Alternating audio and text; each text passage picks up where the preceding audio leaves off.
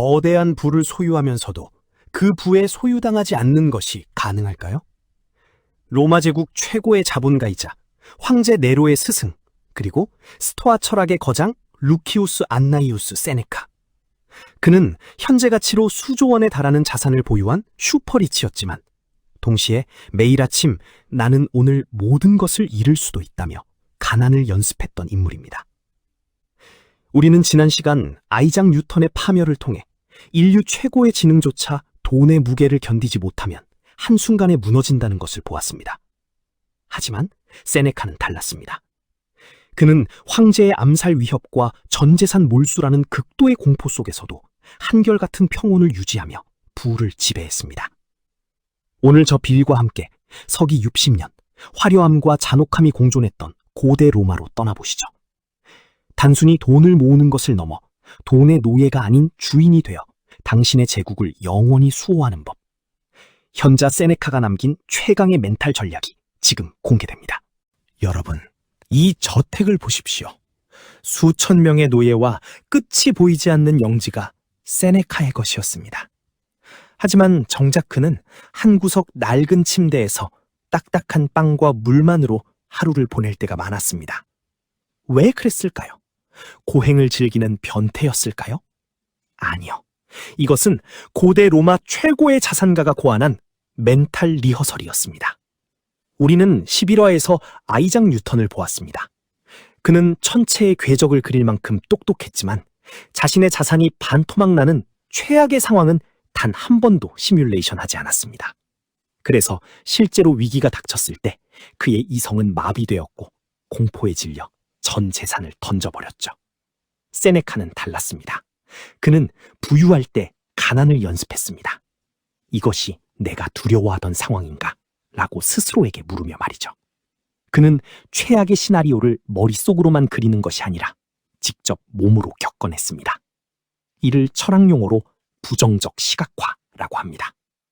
이것을 현대의 재테크에 적용해 볼까요?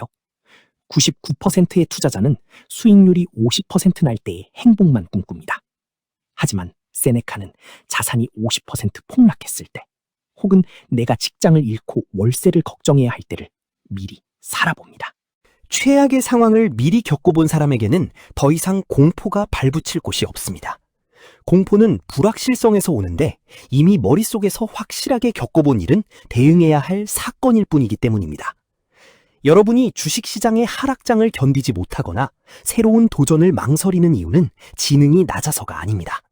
최악의 상황을 연습하지 않았기 때문입니다. 세네카가 수조 원의 자산 속에서도 평온했던 비결은 나는 언제든 이 모든 것을 잃어도 괜찮다는 내면의 자립심을 구축했기 때문입니다.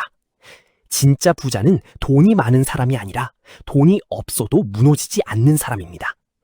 당신은 지금 수익률을 계산하고 계십니까? 아니면 무너지지 않는 정신의 성벽을 쌓고 계십니까? 여러분, 세네카는 당대 로마에서 가장 돈이 많은 사람이었지만 정작 그는 돈을 대하는 태도에서 돈은 있으면 좋지만 없어도 그만인 것이라고 정의했습니다. 이를 스토아 철학에서는 선호되는 무관심이라고 부릅니다. 이 말이 돈은 중요하지 않다는 뻔한 도덕책 이야기일까요?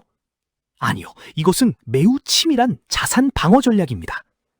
우리가 돈에 집착하고 그것을 내 정체성과 동일시하는 순간 우리는 돈의 주인이 아니라 노예가 됩니다. 주식시장이 흔들리면 내 인생도 흔들리고 통장 잔고가 줄어들면 내 자존감도 깎여나가죠. 이것이 바로 뉴턴이 겪었던 주객전도의 비극입니다. 세네카는 돈을 철저히 도구로 보았습니다. 망치가 있으면 집을 짓기 편하지만 망치가 없다고 해서 내가 목수라는 사실이 변하지는 않는 것과 같습니다. 돈은 여러분의 삶을 편리하게 해주는 하인일 때 가장 가치 있습니다. 하지만 여러분이 돈의 눈치를 보고 돈 때문에 비굴해지며 돈을 잃을까봐 전전긍긍하는 순간 하인은 주인의 목에 칼을 겨누는 폭군으로 돌변합니다. 지난 시간 샤넬은 자신의 정체성을 팔아 자본을 만들었습니다. 세네카는 그보다 한 발 더 나아가 그 자본이 자신의 정체성을 집어삼키지 못하게 성벽을 쌓았습니다. 2026년 자본주의의 파도는 더 거세질 것입니다. 돈을 모으는 것보다 더 중요한 재테크는 돈이 많아져도 내 영혼이 가난해지지 않는 심리적 독립을 이루는 것입니다. 여러분이 돈을 부리도록 하십시오. 돈이 여러분을 부리게 두지 마십시오. 여러분의 가치는 통장의 숫자가 아니라 그 숫자가 0이 되었을 때도 여전히 빛나는 여러분의 정신에 있습니다. 이것이 수조 원을 가진 철학자 세네카가 우리에게 전하는 진짜 부의 공식입니다. 여러분, 세네카는 우리에게 아주 뼈아픈 질문을 던집니다. 사람들은 자기 땅을 침범하는 자에게는 격분하고 자기 돈을 빌려줄 때는 세상에서 가장 인색하면서 정작 자신의 시간을 훔쳐가는 자들에게는 왜 그토록 관대한가? 우리는 돈 100만 원을 잃으면 밤잠을 설치며 괴로워합니다. 하지만 아무런 의미 없는 모임에서 3시간을 날리거나 스마트폰을 보며 의미 없이 흘려보낸 5시간에 대해서는 눈 하나 깜빡이지 않죠. 세네카는 말합니다. 인생은 짧은 것이 아니라 우리가 너무 많은 시간을 낭비해서 짧아 보이는 것이라고요. 자본가의 관점에서 시간은 절대 복구 불가능한 유일한 자본입니다. 돈은 잃어도 다시 벌 수 있고 건강도 어느 정도 회복이 가능하지만 오늘 이 영상의 10분은 여러분의 생명에서 영원히 빠져나간 조각입니다. 세네카는 특히 바쁜 척하는 무의, 비지 아이들니스를 경고했습니다. 성공을 위해 정신없이 뛰어다니고 남의 눈에 비치는 나를 가꾸느라 정작 자신을 위한 시간은 단 1분도 쓰지 못하는 상태죠. 20대부터 50대까지 우리 시청자 여러분의 일과는 어떻습니까? 타인이 설계한 스케줄에 당신의 가장 비싼 자산인 시간을 무상으로 대여해주고 계시지는 않나요? 부의 완성은 결국 시간의 자유를 얻는 것입니다. 하지만 역설적이게도 그 자유는 지금 당장 내 시간의 주권을 되찾는 것에서 시작됩니다. 하루 중 단 1시간이라도 온전히 자신을 돌아보고 지혜를 쌓는 데 투자하십시오. 세네카는 그것을 지혜로운 자들과의 대화라고 불렀습니다.